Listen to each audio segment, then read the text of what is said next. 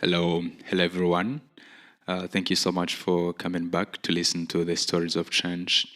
It has been really a very long time. Coming back to the stories of change, to the Change Me podcast, and this is the last episode, from the season number 1 of the Change Me podcast. And hopefully you enjoyed all the episode, and this is the last episode of this year and the last episode of the first season of the Change Me podcast. And thank you so much for listening, everybody.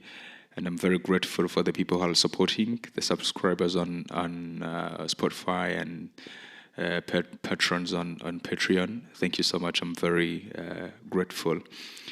On this last episode, we're going to explore the power of communication and words and everything in between. This really hit me a lot when I was reflecting on the year 2016, 17, when I was doing my high school. You remember when I was telling my story, when I was living in Mahama refugee camp, talking about how can we get the schools and go and finish the secondary education we have started.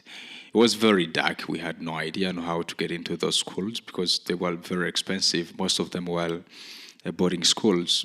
But I had this thing in me saying, well, it will be possible. It's possible. Don't worry. And, I told my friend, it's going to happen. Just keep working.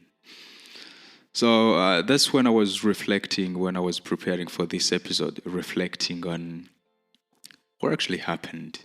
Then I realized words really matters. In the communication really matters, but also the words, the word choice you use, the vocabularies you choose to use, negative or positive, it can impact the result, I would say, at least in my experience and also understanding. That's when I said, well, there is something in the communication. So communication really matters a lot when you're communicating with other people, but also most importantly, also when you're communicating with yourself. The words you use, what you tell to yourself, it also matters a lot. And I realized it's very key when you try to communicate with other people because you never know what's going to happen. You communicate with people, you build relationship, keep in touch, you create this long-lasting relationship. Yeah, but I remember when I was doing my high school, I was under the Meso Shalom program, supporting the students. We were around 12 Burundians studying in a boarding school in Rwanda. And I was kind of a representative of other students. So I had to communicate with the people who were overseeing the program.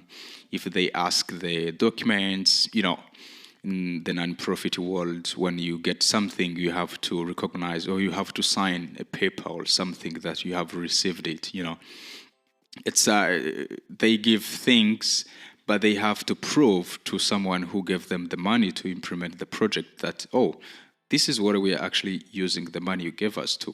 So it's clear we're doing this or the thing you gave us the money to do. So that was the reason why we had to sign papers. And what happened is they would ask me things and I would try my best to give the information as soon as possible, go to the headmaster or the teachers and say, hey, I want to send this document to this person. I have to sign it and take a picture and send it over email or via WhatsApp, things like that. So I made their job really easy and we built kind of relationship from there. They would send things, I would get back to them as soon as possible. And we build a relationship, but also, of course, when you communicate with people, you be honest, you tell the truth, and from there people get to trust you and you trust each other. And we really, this person who was overseeing the program, we built kind of relationship. We kept in touch even when after school, we kept in touch, we kept the communication. it was also a way of building connections and meeting people, because I was very young for sure. I didn't understand the benefit of having a network, of knowing people. Currently it doesn't matter whether you know something. What matters is, if you don't know something, do you actually know someone who can do that, or who knows someone who can do that.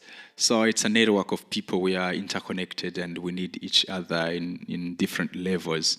So we built that connection, and was very helpful. But then was thinking, why did we keep in touch and keep the communication really, and we build kind of rapport between us. But I reflected and found out the how we communicated, and regularly, how often did we communicate, the feedback. If she asked me something, how long will it take me to send it back to her? Things like that. But also the kind of words we were using. I was very, very optimistic guy. Recently, I was listening to this podcast, and a guy said, optimists win in the end. Eventually, they win or succeed. But optimists, or no, I mean pessimists are always or usually right. So I would say it doesn't matter whether you're right or wrong. It matters whether you win or you don't win. So I thought it's a very, very strong thing, using the positive words. It's key when you're communicating with others, but also when you communicate with yourself. This reminds me a situation. What happened when I was almost finishing up my high school. I was thinking, okay, I spent 2 years here in this boarding school. It was an escape, I would say, from the life in a refugee camp. But now I have to go back there. Then what am I going to do? I was very confused. So I started to analyze the situation. Well, what do I have in control, actually?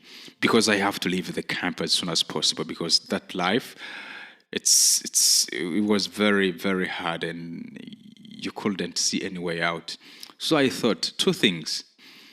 I have to get a job and then get out of the camp, go to Kigali, go somewhere else, and stay there. That was one. Second, I needed to find a scholarship and then go to university. To begin with, I was like, I have to go to university at least, sort of find ways to go to university. And then I started analyzing what's possible, actually. Well, I can get a job. It's possible. I can go to university, but how? Through a scholarship. And what do I have in control, actually? Then I realized I don't have in control with job-related things, because I wouldn't give a job to myself. But I said, I have a control over the scholarship. How? I have to be among the best, the first students to have very good grade in a refugee camp, so that at least when the UNHCR have one scholarship, will be mine. Then was a burden. Then I have to fight for that. So what I did eventually, for the last 3 months, preparing for the national exam, I was waking up 1 hour earlier before others, so I can go in the class, revise the materials, read, go beyond what others were doing. And it worked, for sure. It worked. I got the good grades, and eventually I was able to get the scholarship. When I finished my high school, was like, okay, I've done with my computer science, and I'm going to go to university, spend 4 years doing computer science and specialize in computers. But then I got a scholarship, but it wasn't in computer science. But I'm a very open-minded guy. I said, well, who knows? Maybe this is the best. I got this scholarship under the global education movement, and I did my undergrad in management in operations and logistics. It was very, very well because I was learning more about business, more about communication, more about decisions and things like that, which I wouldn't be able to learn when I was doing computers. I will be focusing on codes, programming languages, math and physics, things like that. But it was a stepping stone also to add to my package the background in computer science and also the things I would learn in business. So it was adding something to my package. Really appreciated it. So I had this conversation and I was like, okay, well, I have to get out of the camp, and then two solution pops up. I didn't expect to get anything from that, but I eventually thought about something and realized, oh, it can happen. Actually, it's possible. That's when I thought it's like, okay, I'm not a psychologist, but maybe if you can think of something, maybe that's an indication it's actually possible. It can be possible, and trust me, for what it was, it worked. It worked for sure. I ended up getting the scholarship. I went to spend my 3 years doing my undergrad, and I enjoyed it. I had a good time and met different people, made connections. And for a refugee, for the people who don't understand, the best gift someone will give you, or the best offer you will give to someone to change their life, is giving them opportunities, but mostly also giving them education. Because if you give them opportunities, well, they will be able to do, if it's a job, they will do their job. But in the end, they will always depend on you giving job to them, instead of them building their capacity to be able to find jobs for them, or eventually, or if it's possible, create a job for them. So I was given this scholarship, and life changing. It was a game changer for me. I met different people. I met very, very brilliant people, and which we still keep in touch until today. And the life in the refugee camp, for sure, in Mahama refugee camp, was not easy. I was surrounded by people who are desperate, for sure. They've lost hope. They've lost themselves in ways that I will also fall into that category as if I don't change the environment. For the time in 2017-18, I did not for sure understand how the environment affects someone. But I was convinced, no, this is not a good place for me or for my family. I have to leave it. I have to leave this place as soon as possible. And I tried my best to leave it. But now when I try to think about that time, it's like, actually I did understand it, but I didn't know I understand it, that the environment affect people. Because I was pretty young, around 22 years old, living in a refugee camp, confused for sure. I was young, trying to transition from being a little boy, 19, 20 years, to being a man.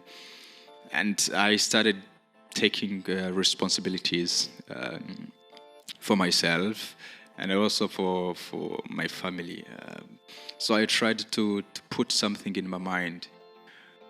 I know this place is not good for me and it's not good for my family, but let me try to find ways to get out of that so I can build a life out of this ecosystem, I would say, and be able to change the mindset, change the thinking, change the outlook of things, so I can get another perspective.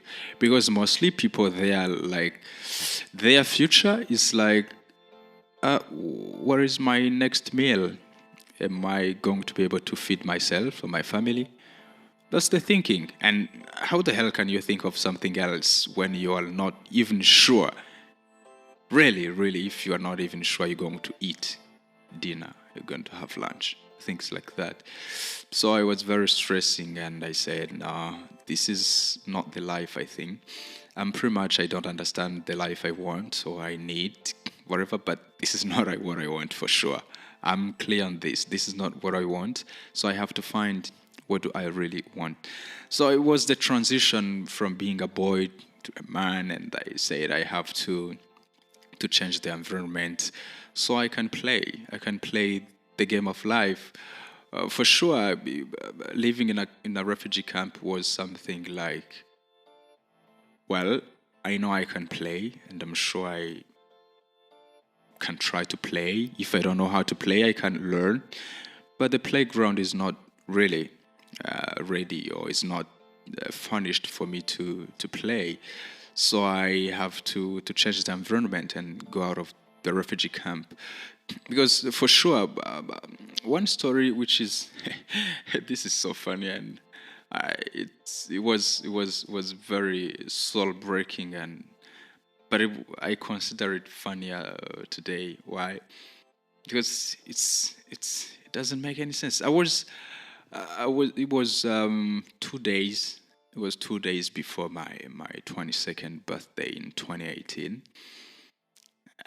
in January, and I was trying to find ways to wash my clothes, and I wanted to buy a soap, just simple soap, a bar soap, so I can be able to wash my clothes.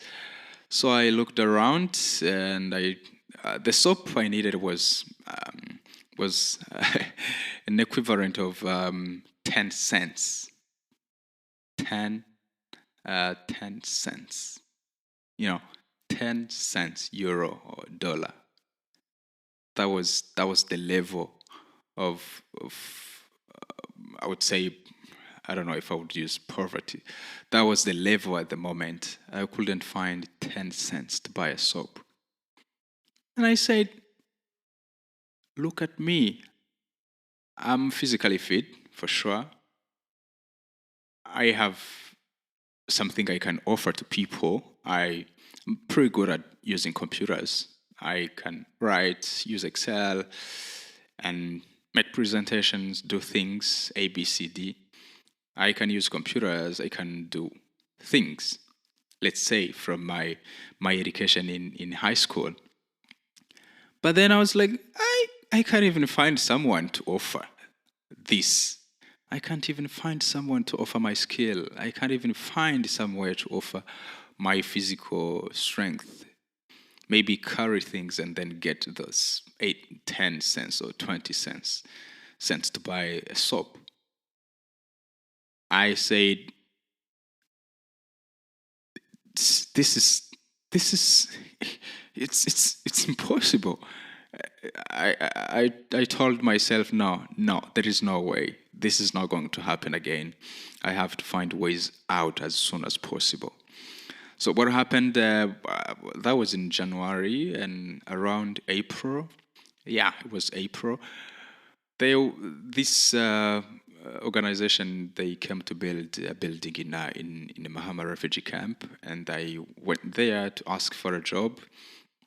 And because they didn't have, or they well know, bulldozers to build, to make ready the place, so we had to dig. We have to dig using our hands and some other materials, the hose and everything. So my hands were destroyed. I will never forget these 2 days for sure. It was the 9th and 10th of April 2018. So I spent the 9th in the first day doing that job, digging all over the place, so to make ready for the foundation of the building. So my hands were really destroyed for the first day, and I was destroyed. I went home almost crying. And then the next day I went back, and then in the midday, around 12, we had to go for a break, for a 1-hour break, and get food and come back. So I went home and said, no, I'm not going back there. I'm destroyed enough. I'm not going back there. I'm done. When I went home, I drank water, I get some food. Then after, I said, okay, let me see if I can get there. at least, but I'm not going to work because I'm destroyed. So I went back there to that place, and I was okay. Let me try maybe for an hour. I tried, and I finished the rest of the half a day that was remaining. And those 2 days, the 9th and 10th, they were the most difficult days of my life. I would never forget that. It was physically breaking, soul breaking for me. I said, yeah, I get so tired to the point that I hated myself. I said, no, maybe this is my fault. I should have found something else. But yeah, it was this kind of life. And what happened?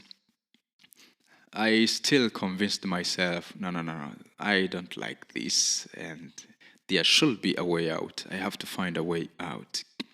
What happened? We've been doing that job. We finished making ready the terrain. They built the building. Then we continue also working there, helping the. We worked as les aides maçons, and we continued working there for a couple of days, 1 month and 15 days. But I said, no, I have to stop. This isn't doing me any good. I have to stop. So what I did is I stopped working the job and went for a 10-day boot camp. It was a boot camp organized by the Red Cross in Rwanda. So I went there, was with other young people from the refugee camp and also the young people from the host community. So we spent 10 days doing some volunteer work, having some workshops. It was, what was the name of the workshop? It was Youth as Agent of Behavior Change. Yeah, it was something like that. Youth as Agent of Behavior Change. It was very stimulating. And I met a couple of other people and learned things. But my friends were like, oh, you're an idiot. What the hell are you going to do there in that workshop? And then he stopped working for at least this money. But I said, no, it's not. It's not all about the money. But the thing was, imagine working for 8 days, physically exhausting job, and then you get paid. It sounds insane. Get paid €1.50 or $1.50 for the whole day. It's insane. For me, I didn't like the idea of getting paid that money. I say, well, it's okay. I needed it for sure, but I think it's time to stop it. It's not doing me any good. I have to stop it and look around. And then I stopped it. I went doing something else because I was thinking, no, this is not what I want. I think I have other things I would appreciate more than this. Then I continued looking around. So I completed the workshop for the 10 days. Then after they finished the building in a couple of months, then I went back there when they were setting up the place, putting books and computers and everything. Then in the end, I saw this person who was communicating with before, the person who was overseeing us, I would say, in the program when I was doing my high school. I say, oh, hey, how are you? I'm good. How are you doing? Good. And then I said, we kept talking. Then I said, kind of saying goodbye. I say, well, I'm available. I did computer science. If you happen to have computers around here and you need some configuration sort of things, I will be available. And then she said, oh, look, yes, actually yes. So we are setting up the computers and we are planning to train. Would you be able to train other young people in using computers? Things like that. I said, yeah, that's what I did. Computer science. I can train other people. And then what happened, we had a conversation and I developed the curriculum to teach to train basics of computers and using Word, Excel, and PowerPoint, things like that. really the basic things you can teach the young people. Those people, well, people who graduated from the high school, people who graduated from the universities as well, because they needed the skills for sure. Most of them, they didn't know how to use computers. And I went there, I get training people. I trained them for a couple of months, 2 months, yeah. And that's when I ended up getting a scholarship in a month. I got this scholarship to go to do my undergrad. So I went there, did my undergrad. But the thing is, I was doing that job. I was offered a contract for 2 months, and then I got this message from the school. Oh, you have been given this scholarship. Congratulations. And then I told the person, you know what, I have to go back to school. I've been given this scholarship. And she was very, very happy for me. Say, that's what I wish for you, please. I'm going to negotiate a contract for you so you can work until the end of, until when you will go to school. So I continued working there. But all of that was, I left that job, I would say, and went around, then come back, then I found a better job and continue working. I was getting paid well, not like getting paid a cent and a dollar or a euro and 50 cents, things like that. I was getting paid well, and I got to get the money to use when I go to school, buy some things, because all of that, when I was reflecting, I think my goals or my ways of looking at life was very bigger than the life I was living that time, when I was still in high school, trying to see how to get out of the refugee camp. When I was in a refugee camp, to say, oh no, this is not my life for sure. I have to find a ways to get out of this. And eventually, everything I thought at that time, I didn't pay pretty much attention on that. But now when I try to reflect, I was like, yeah, it's interesting. What was happening actually? What was happening? And for sure, a lot of things happened. But it was in a way to find a way out of this life. And now, in 2023, end of 2023, towards 2024, I try to think and look. Actually, let me see the life in 2015 when I was in my home country, and things get worse. Then I left the country for political reasons. Then I went in a refugee camp, spent years, finished my high school, get back into refugee camp, and then left the refugee camp, go do my undergrad, and then finished it, and then things continue to move. Life continue moving. I see the life or my life transformation as something is being built up. I have no idea what it is, but something is happening.